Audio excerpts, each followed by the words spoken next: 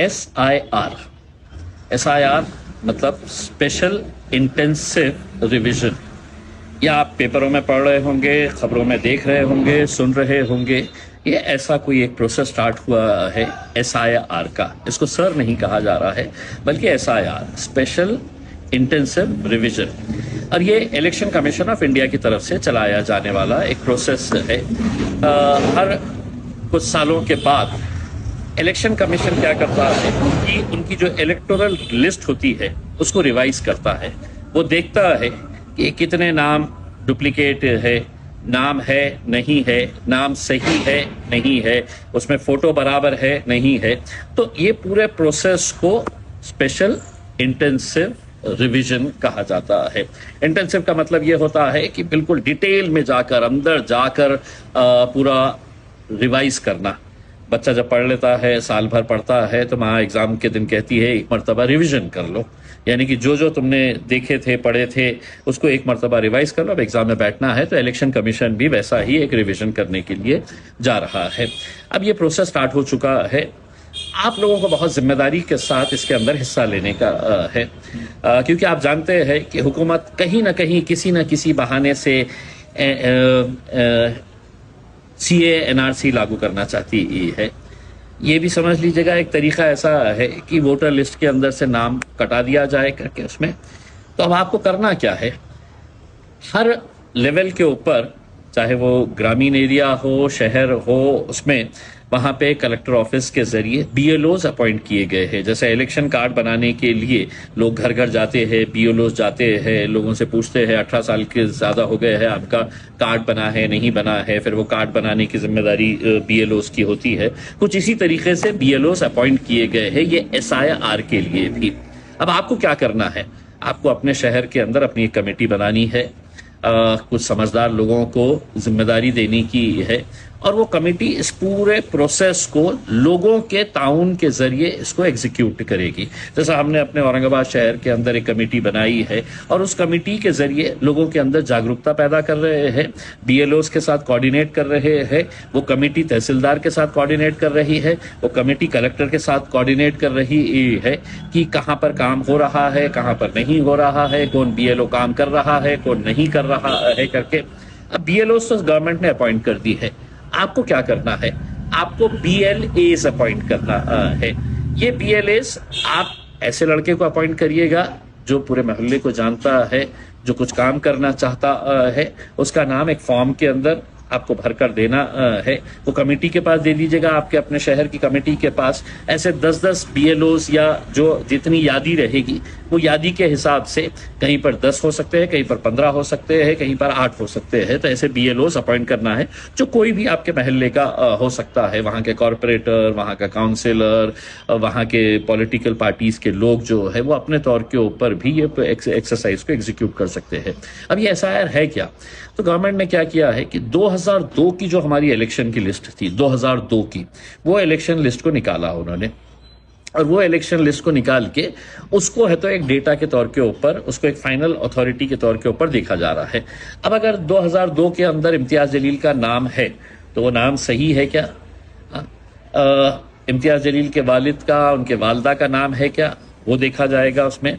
अब अगर समझ लीजिएगा कि कोई पैदा ही नहीं हुआ था 2002 के अंदर, उसके माँ बाप थे, अगर उसके माँ बाप नहीं तो उसके दादा दादी थे, उसके नाना नानी थे, उनका नाम है क्या 2002 के अंदर।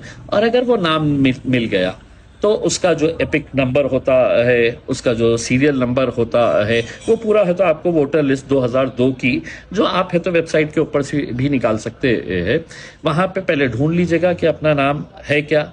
अगर आपका नाम है तो बहुत अच्छी बात है, आपका नहीं है, आपके वालिद साहब का है, आपके अम्मी का है, आपके नाना का है, आपके दादा का है, दादी का है, नानी का है, तो ये नाम अगर मिल गया तो फिर नीचे है तो बाकी के नाम ऐड किए जा सकते हैं। अब होगा क्या कि BLO आपके घर पे आएंगे, BLO आपके घर पे आके है तो वो देखेंगे कि 2002 की लिस्ट के अंदर आपके घर में से किसी का नाम है क्या। आपको क्या करना है, तो आपके घर में जितने भी वोटर्स हैं उनके सबके वोटर ID कार्ड और उनके सबके आधार कार्ड है तो आपको तैयार रखना है।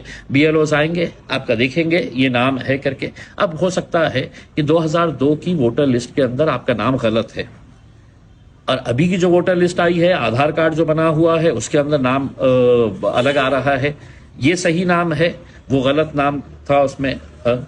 تو وہ نام کو کریکشن کے لیے بھی وہ بی ایل او آپ کو ہے تو وہیں کا وہیں ہے تو اس کو فارم کے ذریعے ہے تو وہ نام ہے تو کریکٹ بھی کر دے گا اس میں. تو ایک ہی پروسیس کے انڈر آپ کا نام اگر غلط تھا تو وہ نام بھی ہے تو درست ہو جائے گا. ساتھ ہی ساتھ اگر کسی کا نام نہیں ہے یا آدھار کارڈ کے اندر بھی اس کا نام غلط آ رہا ہے تو اب کیا کریں گے؟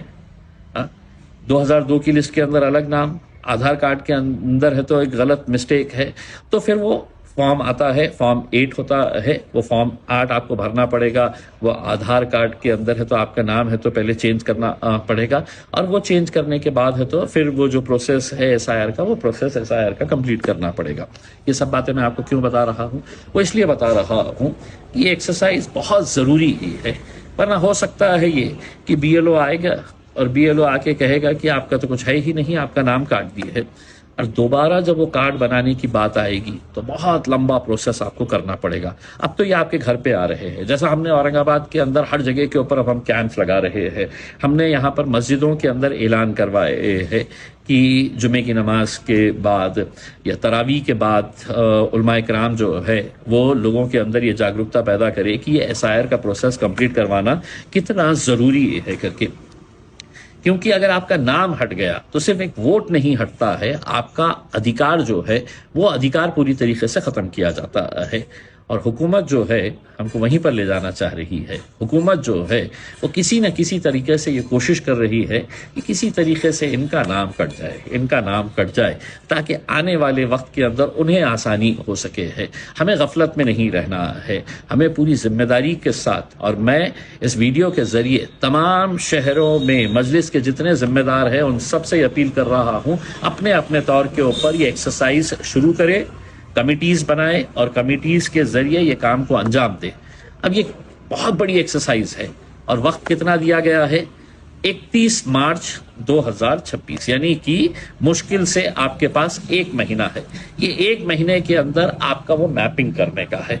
جو بی ایل او آئے گا آپ کے پاس اور بی ایل او آ کے 2002 کی لسٹ کے حساب سے آپ کو میپنگ کر دے گا، آپ کا آدھار کارڈ کے ساتھ اس کو میچ کر دے گا.